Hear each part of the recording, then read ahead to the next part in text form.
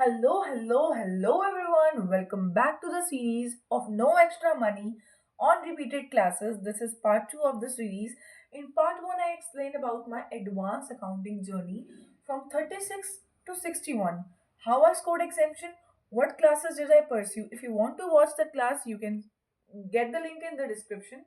And also in this part 2, I'm going to explain about my taxation journey from 45 to 64, how I scored exemption, what classes did I pursue for repeat, and I didn't spend even a single penny on those classes. So first, let's talk about what classes did I pursue.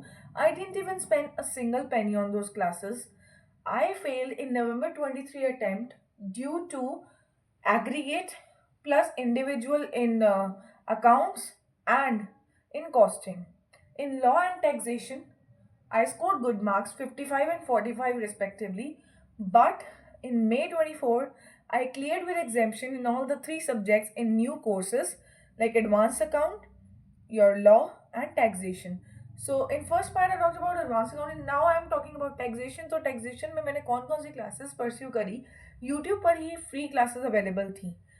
So to be very honest, I purchased books of two teachers for direct taxation, for income tax. I purchased books of BB sir, and for indirect taxation for GST, I purchased books of Vishal Bhattar sir.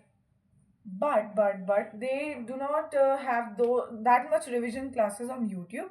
But there is a playlist which can help you if you have their book.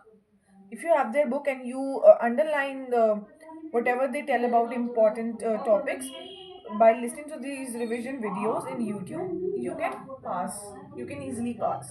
Questions भी बहुत अच्छे हैं and Bibi sir की compact book बहुत ही जो उनकी compendium जो भी उनकी कॉन्सेप्ट वाली बुक है वो बहुत ही ज़्यादा थिन है. उसमें मतलब बहुत कम पेजेस में पूरा का पूरा आपको टैक्सेशन डायरेक्ट टैक्स का कॉन्सेप्ट्स मिल जाएंगे. और क्वेश्चंस मानोगे पेपर में से उनकी बुक में से काफ़ी सारे क्वेश्चंस थे. ऑलमोस्ट 90% या 80% ऑफ द क्वेश्चन उसी में से कवर थे. बस थोड़ी लैंग्वेज इधर उधर थी, अमाउंट्स इधर उधर थे, लेकिन लेकिन सारा जो फॉर्मेट था क्वेश्चन का वो एकदम सेम था. 15 मार्क्स का जो क्वेश्चन आता है वो भी उन्हीं की बुक में से था. विशाल बत्तर सर की बुक, मैं सच बोलूँ तो मुझे उसमें थोड़ी सी दिक्कत तो आई थी. सबका अपना इंटरेस्ट होता है. सर बहुत अच्छा पढ़ाते हैं, नो डाउट. उन बहुत बहुत सही उनकी अप्रोच होती है. बट मैंने एट दी एंड जीएसटी के लिए, इनफैक्ट इनकम टैक्स के लिए भी मैंने एंड में नोट्स बनाए थे. जैसे सैलरी चैप्टर जो होता है वो बहुत बड़ा था, बहुत ज़्यादा. उसमें काफ़ी सारे कॉन्सेप्ट्स थे. तो निशांत कुमार, सी निशांत कुमार सर के जो 1 आवर के लेक्चर्स थे वो बहुत ज़्यादा हेल्पफुल थे, बहुत ज़्यादा. उसको फॉलो करके उन्होंने नोट्स की भी लिंक दी थी, drive link and YouTube lectures. तो उनका एक प्रॉपर चार्ट था, तो मैंने उसके थ्रू नोट्स बनाए थे. एंड क्वेश्चन बैंक तो मैंने बीबी सर एंड विशाल बत्तर सर के क्वेश्चन बैंक से ही क्वेश्चंस कंप्लीट कर लिए थे. तो सिर्फ आपको बुक्स के ऊपर खर्च करना है. उसके अलावा लेक्चर्स के ऊपर बिल्कुल भी खर्च करने की जरूरत नहीं है. ये सारे लेक्चर्स आपको यूट्यूब पर फ्री मिल जाएंगे. अगर आप और रिसर्च करोगे तो और भी टीचर्स के ज़रूर मिल जाएंगे. So these were the teachers जिनको मैंने फॉलो किया था टैक्सेशन. बात करें मेरी स्ट्रैटेजी की, तो मेरी स्ट्रैटेजी यही रहती है हमेशा से कि सबसे पहले मैं वो क्वेश्चन अटेंड करूँ जो मेरे को सबसे अच्छे से आते हैं. तो बेसिकली जो बच्चे होते हैं वो इनडायरेक्ट टैक्स पहले अटेम्प्ट करते हैं. May 24 में मैंने पहले इनकम टैक्स डायरेक्ट टैक्स जो है वो अटेम्प्ट किया था, क्योंकि वो क्वेश्चन मेरे को देखा देखा आ गया था एकदम से, लाइक कि मेरे को आता था. मैंने वो अटेम्प्ट किया. सो इसके आगे मैंने अपनी जो मेरी जो सर्टिफाइड कॉपी है उसको एक्सप्लेन करते हुए वीडियो अटैच करने वाली हूँ. अगर आपके पास टाइम ना हो तो मैं ड्राइव का लिंक भी नीचे डिस्क्रिप्शन में अटैच करूँगी. आप वहाँ से भी मेरी सर्टिफाइड कॉपी को चेक कर सकते हैं, गो थ्रू कर सकते हैं एंड उससे पता कर सकते हैं कि कैसे आपको अप्रोच करनी है एग्जाम्स में. बाकी मेरी खुद की एक्सप्लेनेशन अगर आपको देखनी है तो मैं इसी के आगे अटैच कर रही हूँ वीडियो के आगे. So guys, this is my taxation income tax law certified copy in which I scored 23.5 out of 35. ये descriptive part का. So descriptive part में income tax में मैंने कौन से क्वेश्चन से स्टार्ट किया था मैं आपको दिखाती हूँ. मैंने स्टार्ट किया है क्वेश्चन नंबर 2A. अब आप देखिएगा कि मेरा इसमें कितना सही है और कितना गलत. 2A में मेरे मार्क्स कितने आए सबसे पहले तो हम ये देखते हैं. ये देखिए, सेकंड के ए पार्ट में मेरे को मार्क्स मिले हैं 5.5 आउट ऑफ 6. दैट मीन्स ये ऐसा क्वेश्चन था जो मुझे 99% सही आता था, इसलिए मैंने सबसे पहले अटेम्प्ट किया. Because we all know first impression is the last impression and it should be the best impression. तो इसीलिए मैंने ये क्वेश्चन सबसे पहले सिलेक्ट किया। सिलेक्शन हमेशा ऐसी होनी चाहिए जो एग्जामिनर को विश्वास दिला दे, हाँ भाई ये कॉपी एक ऐसे स्टूडेंट की है जिसको मोस्ट ऑफ द क्वेश्चन आते होंगे। तो मैंने सबसे पहले सेकंड के ए पार्ट से स्टार्ट की, क्योंकि मेरे को क्वेश्चन बहुत अच्छे से आता था। तो आप देख सकते हो मेरी हैंडराइटिंग भी रीडेबल बहुत अच्छे से है, काफ़ी इजीली आप पढ़ सकते हो मेरी राइटिंग को। मैंने सबसे पहले लिखा as per applicable provisions of income tax act. हमें सेक्शंस तो याद नहीं होते इनकम टैक्स में, लेकिन हम आंसर लिखने से पहले अगर ये लाइन लिख दें, ये लाइन हर किसी क्वेश्चन में चल सकती है। तो ये लाइन ना आपके क्वेश्चन को एक पॉजिटिव इंपैक्ट देती है, हाँ भाई बच्चा एक नाइस अप्रोच फॉलो कर रहा है क्वेश्चन को करने की। फिर उसके बाद मैंने अलग से स्पेसिफाई किया कि किसके केस में मैं आंसर लिख रही हूँ। ये चैप्टर रेजिडेंट का क्वेश्चन है, जो आपको पता होगा इनकम टैक्स में चैप्टर नंबर 2 हुआ करता था। अब तो शायद अगर आगे पीछे हो सकता है कि चैप्टर 3 4 हो गया, बट चैप्टर 2 हुआ करता था ये। तो आई होप आपको समझ में आ रही है कि आपको किस तरीके से पेपर को स्टार्ट करना है। तो आप देख पा रहे होंगे कि मैंने कैसे अप्रोच स्टार्ट करी थी। और अब हम देखते हैं नेक्स्ट पेज पर क्या है। नेक्स्ट पेज पर मैंने ऐसे से सॉल्व किया। तो आप देख रहे हो पहले मैंने प्रोविजन लिखा, थ्योरेटिकली मैंने एक्सप्लेन किया क्वेश्चन में क्या पूछ रहा है। प्रोविजन लिखने के बाद जो हमें क्वेश्चन में प्रैक्टिकल आंसर दिया गया था विद अमाउंट्स, मैंने इसे सॉल्व किया। सबसे पहले तो ये ध्यान दीजिए कि क्वेश्चन जिस भी कंपनी का पूछा जा रहा है उसके बारे में आपको जरूर लिखना है कि आप कौन सी कंपनी के लिए सॉल्व कर रहे हो क्वेश्चन को, ठीक है। उसके अलावा आपको असेसमेंट ईयर लिखना है 24 25 का है। तो ये आपके ना आंसर को और अच्छा प्रेजेंटेबल बनाते हैं और फुल मार्क्स मिलने के पूरे पूरे चांसेस होते हैं। मेरा सिर्फ हाफ मार्क्स कटा है, तो वो मैं बताती हूँ कहाँ कटा है। देख रहे हो यहाँ तक मेरे फुल नंबर सही है, आंसर पूरा सही है, बट फिर मेरे को यहाँ पे 3.5 नंबर मिले हैं। तो आधा नंबर कहीं ना कहीं कट सकता है, लेकिन ऑलमोस्ट फुल मिलने के चांसेस होते हैं जब आप एक प्रॉपर अप्रोच को फॉलो करते हो। अब आते हैं सेकंड के बी पार्ट में, उसमें मेरे को कितने मार्क्स मिले पहले वो देख लेते हैं। 0 मार्क्स। ये मेरे को नहीं आता होगा अच्छे से, कोई बात नहीं, पहला क्वेश्चन अपन ने अच्छा कर लिया, 5.5 आ गए। अब अगर नहीं भी आ रहा, मुझे तो नहीं पता ना कि इसमें 0 मार्क्स मिल जाएंगे, देखते हैं कहाँ गलती हुई है। हाँ जी, तो यहाँ पर इन्होंने पूछा था टीडीएस का रेट, तो मैं थोड़ी सी इस पर कच्ची हूँ, तो टीडीएस का रेट मैंने यहाँ लिख दिया 5%, जबकि रेट कुछ और होगा। तो ये तो सिर्फ ये है कि अगर आप थोड़ा सा भी रेट इधर उधर लिख दो तो आपके पूरे नंबर जाएंगे, इसलिए यहाँ पर 0 मार्क्स मिले। लेकिन कोई प्रोविजन का होता, थोड़ी सी भी मैंने लाइन्स लिखी होती तो मेरे को 1 या 2 नंबर जरूर मिल जाता, इसीलिए मेरे को यहाँ पर नंबर 0 मिले, क्योंकि मेरे रेट्स दोनों में गलत हो गए हैं। यहाँ पर आंसर आना था कुछ और, मैंने लिख दिया कुछ और, ठीक है, कोई दिक्कत वाली बात नहीं है। आगे देखते हैं थर्ड का ये पार्ट, इसमें कितने नंबर मिले मुझे जी। थर्ड के एक 2 पार्ट्स हैं। पहला पार्ट जिसमें मेरे को मिले हैं 1.5 आउट ऑफ 2, दूसरा पार्ट जिसमें मिले 3.5 आउट ऑफ 4। तो आप देख रहे हो आधे आधे नंबर हर क्वेश्चन में कटे हैं, चाहे मेरा पूरा क्वेश्चन सही हो, फुल नंबर किसी में नहीं मिल रखा। तो एग्जामिनर की लीनियंसी पे डिपेंड करता है, वो कैसे चेक कर रहा है, कितने मार्क्स उसको मार्किंग स्कीम में दिए गए हैं कि हाँ भाई इतने ही देने हैं आपको मैक्सिमम। तो इन टोटल 6 में से 5 नंबर बने मेरे पार्ट के, राइट, 5 आउट ऑफ 6। देखते हैं कहीं गलती मिल रही है। यहाँ पर भी इस क्वेश्चन में भी मैंने ऐसे स्टार्ट किया। तो ये एक स्टैंडर्ड अप्रोच सेट कर रहा है हमारे लिए। तो इस स्टैंडर्ड अप्रोच को फॉलो करके आप एग्जामिनर पे अच्छा इंप्रेशन जमा सकते हो। अब आप देखोगे मेरी कहीं भी गलती नहीं नजर आ रही है आपको, सारी जगह टिक है। लेकिन मार्क्स कितने मिल रखे हैं मेरे को, 1.5। क्यों, फुल मार्क्स मिलने पॉसिबल नहीं होते कभी कभी, ठीक है। लिखा मैंने अपनी तरफ से पूरा ही है, और आप राइटिंग भी देख रहे हो पूरी अच्छी से प्रेजेंट कर रखी है, कटिंग भी कहीं पर भी आपको नहीं दिख रही होगी। और जहाँ पर अमाउंट की बात आती है उसको मैंने अलग से बॉक्स के अंदर प्रेजेंट किया है। मैंने अंडरलाइन करे हैं जो कीवर्ड्स हैं जिसकी बात हो रही है, ये देख सकते हो अंडरलाइन। तो ये आपके आंसर को ना बिल्कुल फुल मार्क्स वाला आंसर बनाने में मदद करते हैं। आगे देखते हैं, ये हो गया थर्ड का ये पार्ट। थर्ड के ए का सेकंड पार्ट, जिसमें हमें कितने मार्क्स मिले थे, जिसमें हमें मार्क्स मिले हैं 3.5 आउट ऑफ 4 जी।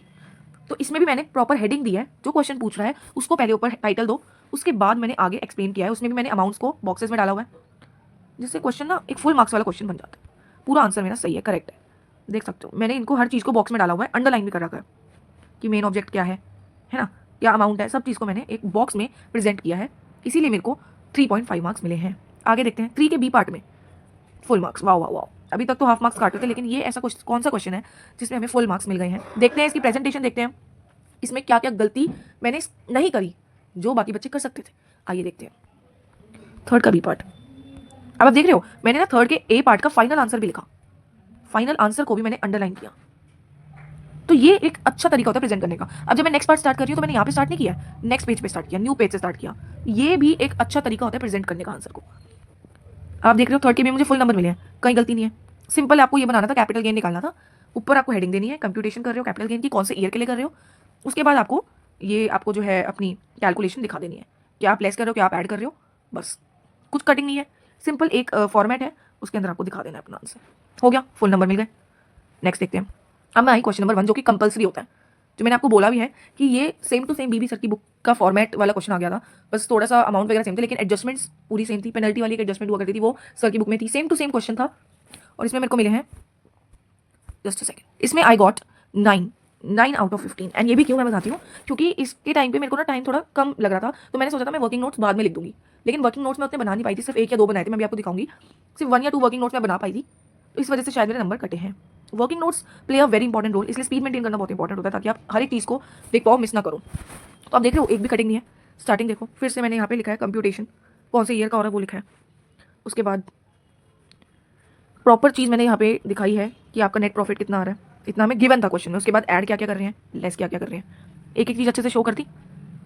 आगे देखो, आगे भी मैंने प्रॉपर दिखाया यहाँ पर, ठीक है।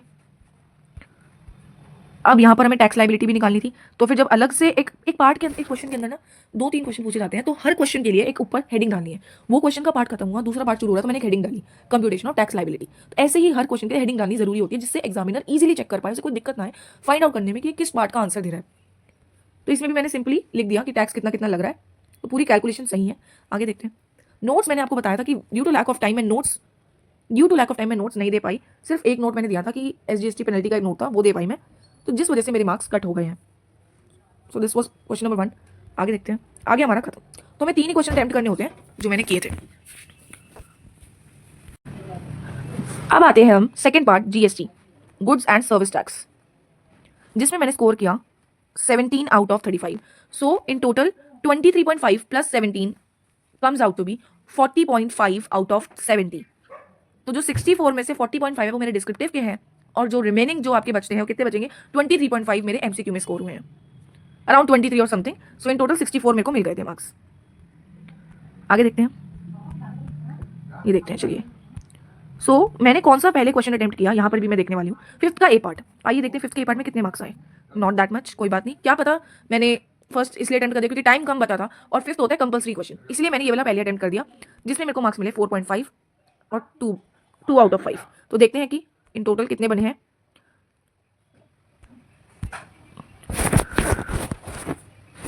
इन टोटल मेरा जो स्कोर बना है वो बना है 6.5 आउट ऑफ 15। तो 5th का A पार्ट कुछ इस तरीके से मैंने प्रेजेंट किया। कैलकुलेशन एरर की वजह से मेरे मार्क्स कट हो गए, कोई बात नहीं, ठीक है। आप नीचे डिस्क्रिप्शन में कॉपी का लिंक चेक कर सकते हो, मैंने प्रॉपर इसके नोट्स दिए। नोट्स की वजह से भी 1 और 2 नंबर आराम से मिलते हैं, मैक्सिमम 3 नंबर भी नोट्स देने की वजह से मिलते हैं, कि आप नोट से क्लैरिफाई कर रहे हो कि हाँ भाई इसका आंसर ये किस लिए आया। आगे देखते हैं। इसके बाद जो मैंने क्वेश्चन अटेम्प्ट किया वो था 5th का B, इसमें मेरे को 2 नंबर मिले, कोई बात नहीं, हो जाती है मिस्टेक्स। तो ये आपको ध्यान रखना है कि अगर टाइम कम है तो कंपल्सरी क्वेश्चन आप पहले भी अटेम्प्ट कर सकते हो, तो इसलिए पहले आप वही पार्ट चुनो जिसमें आपको ज़्यादा से ज़्यादा मैक्सिमम क्वेश्चन ऐसे आते हो जो 95% या 90% या 80% आपको सही आते हो। नेक्स्ट मैंने किया था 7th का A पार्ट। 7th के A पार्ट में मुझे मिले 2 आउट ऑफ 5, B पार्ट में 2.5 आउट ऑफ 5। तो GST थोड़ा सा मेरा वीक लग रहा है मुझे, आई मीन उस टाइम पे भी था, तो कोई बात नहीं, इसलिए मैंने पहले इनकम टैक्स अटेम्प्ट किया था। तो 7 के A पार्ट में कुछ इस तरीके से मेरे को चेकिंग हुई है, कैलकुलेशन एरर, इंटरेस्ट में दिक्कत आ गई। And B part was around, I think ये थ्योरी का क्वेश्चन था, या ई-कॉमर्स ऑपरेटर का था ये, इको। अब शायद हट चुका है आपके सिलेबस में से भी, तो नो वरीज। तो ये आप देख सकते हैं कुछ इस तरीके से मैंने प्रेजेंट किया था, कोई कटिंग नहीं थी। नेक्स्ट 8 का A पार्ट, जिसमें मुझे 5 on 5 मिले। तो ये एक ऐसा क्वेश्चन था पूरे पेपर में जो मेरे को बहुत अच्छे से आता था, जो बाद में मैंने किया क्योंकि ये पूरा थ्योरी क्वेश्चन था जहाँ तक मुझे याद है। बी पार्ट में मुझे ज़्यादा नंबर नहीं मिल पाए, टोटल 6 आउट ऑफ 10 पूरे 8 क्वेश्चन में मुझे मिले। तो आइए देखते हैं फुल मार्क्स के क्वेश्चन कैसे दिखते हैं। तो इसमें मुझे मिले फुल 5 आउट ऑफ 5। तो इसमें मैंने क्या किया, और पार्ट मैंने अटेम्प्ट किया था, तो मैंने यहाँ पे लिख दिया था कि हाँ भाई मैं और वाला पार्ट अटेम्प्ट कर रही हूँ, ठीक है। तो यहाँ पर मैंने सबसे पहले तो दी जो क्वेश्चन में पूछा था, जो क्वेश्चन में इन्होंने पूछा उसकी हेडिंग दी, ठीक है। जस्ट अ सेकंड जी। तो हेडिंग कैसे दी मैंने, examination of existence of consideration for donation by charitable institution. उसके बाद मैंने पॉइंट्स के थ्रू इस आंसर को एक्सप्लेन किया, पॉइंट्स के थ्रू मैंने एक्सप्लेन किया। ये मैंने साइड में कुछ इस तरीके के पॉइंट्स बना दिए जिससे एग्जामिनर को चेक करने में मोनोटोनस ना लगे, बोरिंग ना लगे, और वो इजीली पूरा आंसर रीड कर सके। नेक्स्ट अब मैंने एग्जाम्पल भी यहाँ पर दिया, तो मुझे फुल नंबर इस चीज़ के मिल गए। आगे देखते हैं बी पार्ट में कहाँ गलती हुई कहीं पर गलती कहीं नहीं हुई, लेकिन शायद कंटेंट उन्हें कम लगा इसलिए उन्होंने सिर्फ 1 नंबर दिया। यहाँ पर हमारा जो है सर्टिफाइड कॉपी की एक्सप्लेनेशन खत्म होती है। आई होप आपको ये वीडियो अच्छी लगी होगी। Do share, do subscribe the channel for more such content. Thank you.